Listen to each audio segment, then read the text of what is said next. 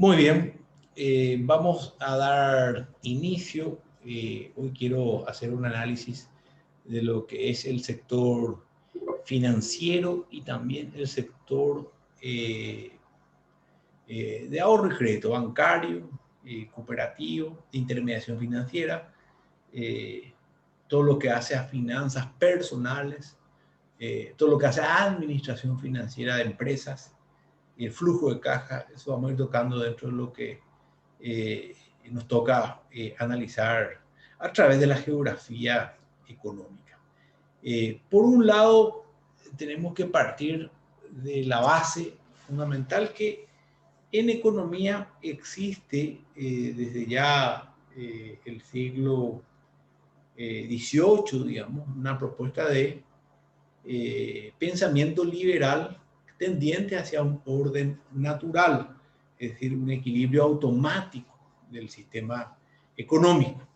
En ese aspecto, las propuestas de Stuart Mill, de David Ricardo, del mismo Adam Smith, de Francis Kesnay, de la escuela fisiocrática, siempre hablando del siglo XVIII, promueven básicamente una teoría que le da poca participación al Estado y mucha participación al sector privado, es decir, los mercaderes, los pequeños comerciantes, la libre oferta y demanda para determinar los precios, también la cantidad de mercaderías a vender, los salarios de la gente, es decir, un mundo gobernado por la misma naturaleza es la propuesta liberal, propiamente hablando. Luego aparecen los socialistas donde dicen, esperen, el modelo liberal no es tan perfecto como ustedes dicen, el Estado tiene que poner más mano dura y tiene que ordenar la casa. Ahí aparecían teorías comunistas incluso donde el principal objetivo tiene que ser la equidad distributiva, tenemos que repartir todo por igual, decían los socialistas ricardianos, premarxistas, y después ya Engels y Marx, Engels con la obra El Capital de Marx, que les recomiendo también lo puedan leer. Hay audiolibros muy interesantes para poder contextualizar. Pues la propuesta es sumamente interesante y la crítica hacia el capitalismo también, sobre todo los excesos. Pero yo puedo hacer una crítica personal, ya se enmarca dentro de una ideología muy idealista, es decir, Marx con el socialismo se olvida de que el hombre es un ser sumamente ambicioso y también la avaricia, la codicia, muchas veces le superan, y entonces necesita sentirse libre y motivado para producir. Entonces ahí es donde estos modelos que se implantaron en Cuba, específicamente Venezuela, Corea del Norte, no han tenido el éxito suficiente. Incluso da una suerte de sensación de dictadura y hasta inclusive injusticia frente a otros países, porque no son capaces de producir para consumir. Hay pocas cosas en los supermercados, hay pocas cosas para comprar en general. Es una suerte de economía sumamente básica, porque desaparece esa motivación por producir al no haber un libre mercado en las economías socialistas. Por eso, dentro de las teorías económicas, si finalmente prospera el liberalismo económico, hoy día también transformado hacia lo que son prácticas neoliberales, donde ya son algunos, digamos, excesos que el gobierno realiza en torno a ciertas intervenciones en pro de salvaguardar los intereses de grandes multinacionales. Allí ya hay una suerte de perversión económica, pues generalmente muchos países terminan sobreendeudados y empobrecidos, ¿verdad? Entonces, son las críticas también que podemos hacer hacia el neoliberalismo. Aquí quiero presentarles, dentro de lo que es el equilibrio económico de los sectores públicos y privados, a la fórmula que muy bien lo diseñaba Keynes para explicar el funcionamiento del sistema económico y financiero. ¿Cómo funciona la economía? Y particularmente coincido bastante con esta apreciación keynesiana. Por un lado tenemos al sector privado, que sería nuestra ecuación de la izquierda. S menos I, que sería el ahorro menos la inversión privada, es igual o debe estar equilibrado a el gasto público, las donaciones o transferencias que realiza el gobierno, menos los impuestos recaudados. Todo esto constituye el déficit o superávit fiscal, y más las exportaciones netas, que sería la diferencia entre exportación e importación. Generalmente, por decir, cuando hay balanza negativa de pago, es decir, un país importa mucho más de lo que exporta, si un país importa mucho más de lo que exporta, necesariamente para poder equilibrar las fuerzas, tenemos que aumentar los niveles de recaudación o eventualmente los niveles de inversión privada. Ahora bien, ¿por qué? Porque el gran detonante, el gran problema es que no se está invirtiendo lo suficiente, que es lo que nos ocurre a nosotros. Tenemos un nivel de importación un poquito superior al de exportación, pero la inversión privada más que nada va en torno a los sectores primarios y terciarios. Por eso decimos, nuestro sistema financiero es sano, es fuerte, es sólido actualmente, pero en donde estamos fallando es en el ritmo de inversiones. Es decir, existe una captación de recursos representada por el símbolo S. Hay una cantidad importante de ahorros que ingresa a los bancos, a las financieras, que lo colocan en recursos en crédito. Generalmente los créditos van para consumo y no tanto para inversión, ¿verdad? Entonces, en nuestra economía, por decir, el ahorro supera la inversión. Economías americanas, al contrario, en Chile mismo la inversión supera el ahorro.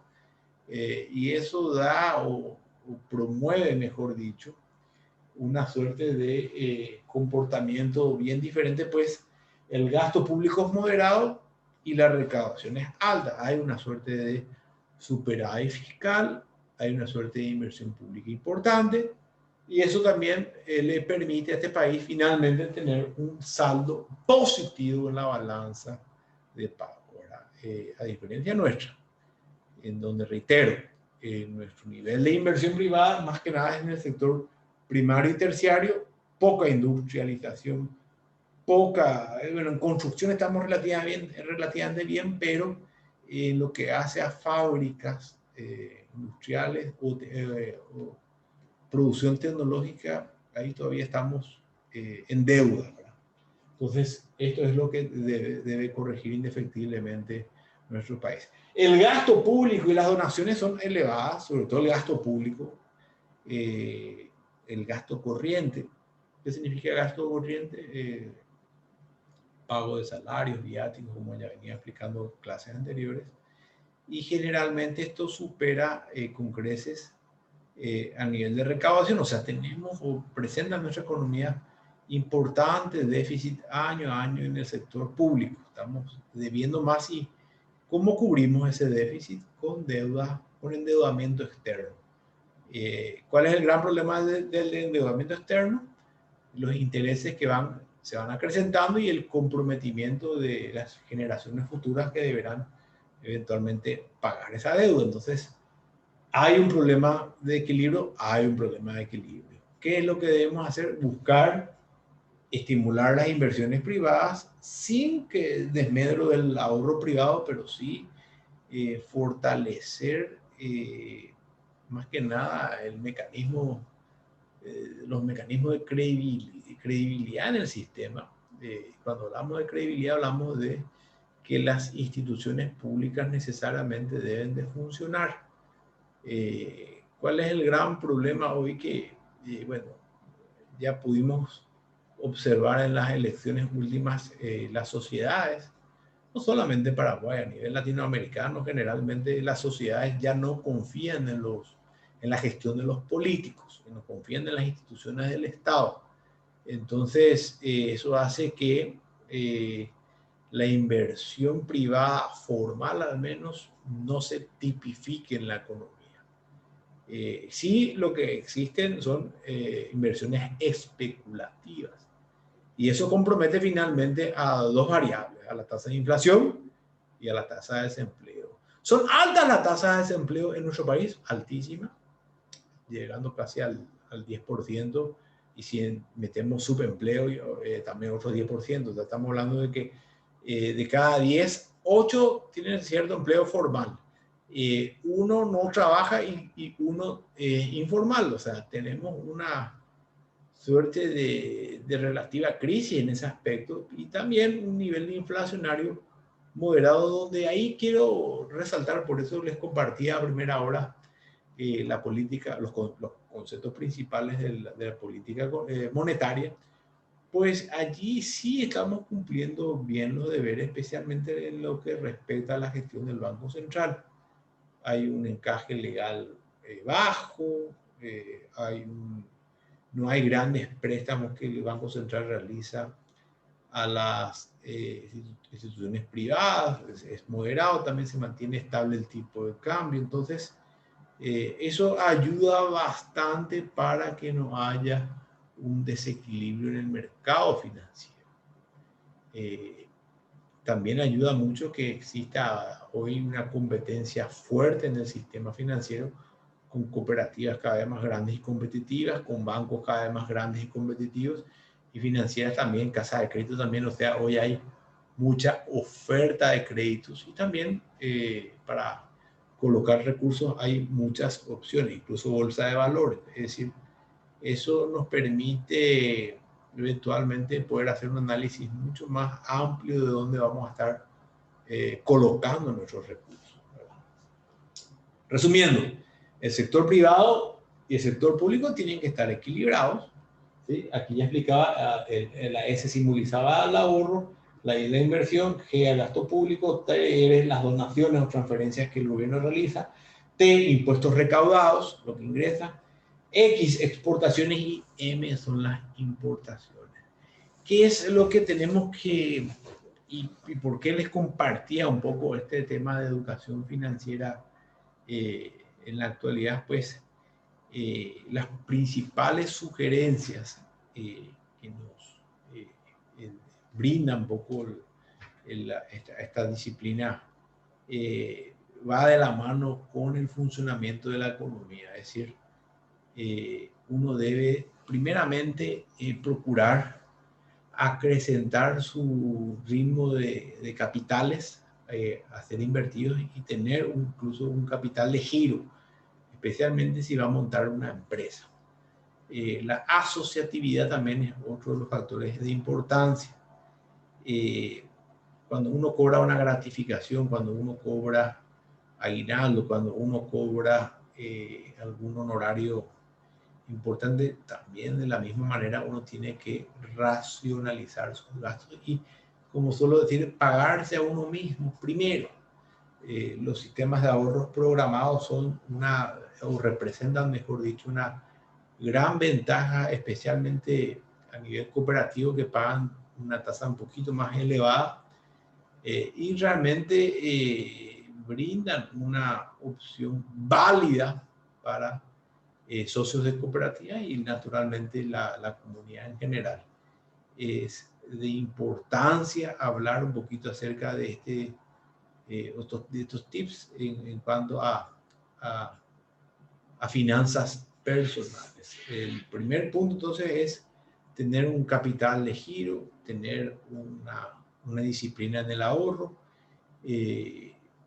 distribuir en diferentes canastas lo que uno va a utilizar, es decir, no solamente ahorrar en un lugar, sino que después, cuando uno tiene un capital más importante, tratar de ir diversificando un poco en propiedades, un poco en ganadería, por decir, un poco en CDA, un poco en bolsa, inclusive los CDA, tratar de distribuir de vuelta.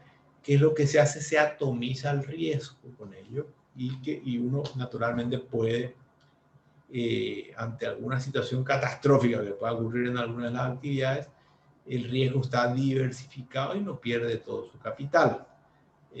Pagarse a uno mismo, que significa al momento de cobrar, uno tiene ya que hacerse su autodepósito, como decimos, y generalmente los sistemas de ahorro programados nos invitan un poquito a hacerlo. Hay sistemas de rueda en las cooperativas. Yo estoy a cargo de la rueda gigante de ahorro con premios mensuales de importancia. Hay uno que es de 50 millones de guaraníes, que se sortea entre 1.500 participantes.